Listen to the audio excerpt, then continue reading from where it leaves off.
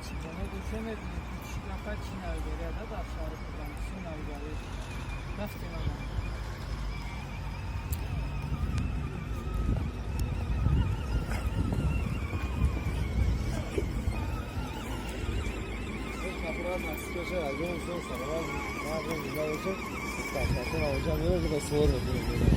ان شاء الله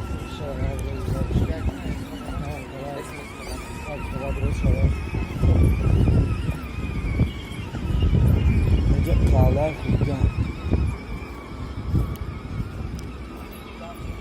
هست این تاریخ انا اسمون را بشه اگر بگونم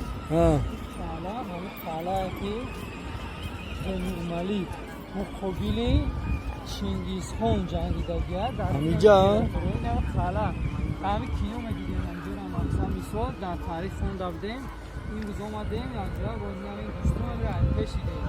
هیستوری تیمور ملک در داخل همین موزه گفتم میشه رو میبینیم چی موزه ده این نویداری خیلی اصول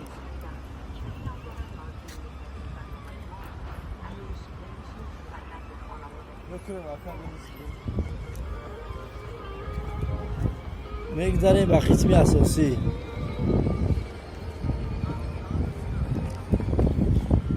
اوه ماشای مدوید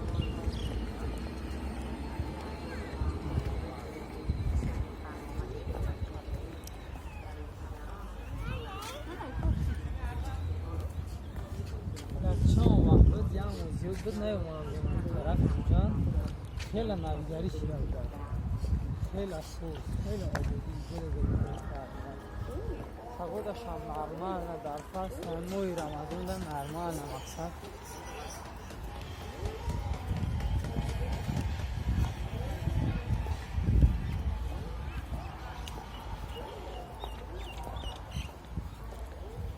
اینمی